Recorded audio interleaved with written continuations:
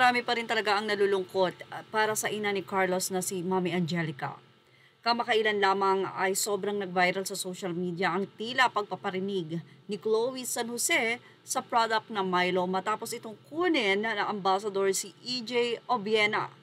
Well, hindi kasi lingid sa marami na nakilala ni Chloe at isa sa natutuwa siya ay endorser ng Milo itong si Carlos. At nito lamang ay tila nagparinig sa social media itong si Chloe San Jose.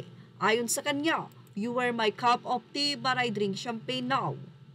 Hinala ng netizen na ito nga ay isang pagpaparinig ni Chloe San Jose sa produktong Milo matapos nga na tila itsapwera na at hindi bigyan ng parangal ang nasabing nobyo na si Carlos Yulo kung saan isa ang Milo sa talaga namang sumusuporta sa mga atletang Pinoy. Mapigilan ng mga netizen na mag-react, anila ay si Girl, sumausaw na naman. Ang ilang mga netizen kay Chloe, "You girl is the reason of Carlos' downfall." Tama, true, yes. Isa nga daw si Chloe sa dahilan ng pagbagsak ni Kaloy dahil isa na nga ang Milo sa pag-refuse na kunin siyang endorser. Narito pa ang say ng ilan. Anila, tama lang na pinalitan si Kaloy na ambassador sa Milo. Deserve ni EJ talaga kasi toxic sa kabataan na si Chloe. Kitang-kita sa interview ni Tony G. Well, narito pa ang say ng ilang mga netizen. Anila, makikita sa huli ang kayabangan mo. Respeto kasi Chloe, bilog kasi ang mundo. Say naman ng isa, Milo, pwede sa malamig, pwede sa mainit. Milo, matamis, sweet. But Kaloy, nawala na. Ang sweet mo sa mga magulang mo at kapatid. Painainom ka kasi ni Chloe ng champagne, kaya tuloy umiba na ang ugali mo.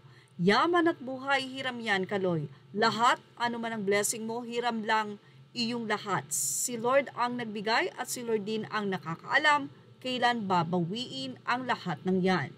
Maraming mga netizen ang natatakot talaga. Dahil nito lamang ay makikita mo na wala talagang balak si Chloe at si Carlos ngayon ang makipag-reconcile sa kanilang mga magulang at tila buo na nga ang kanilang desisyon na ito.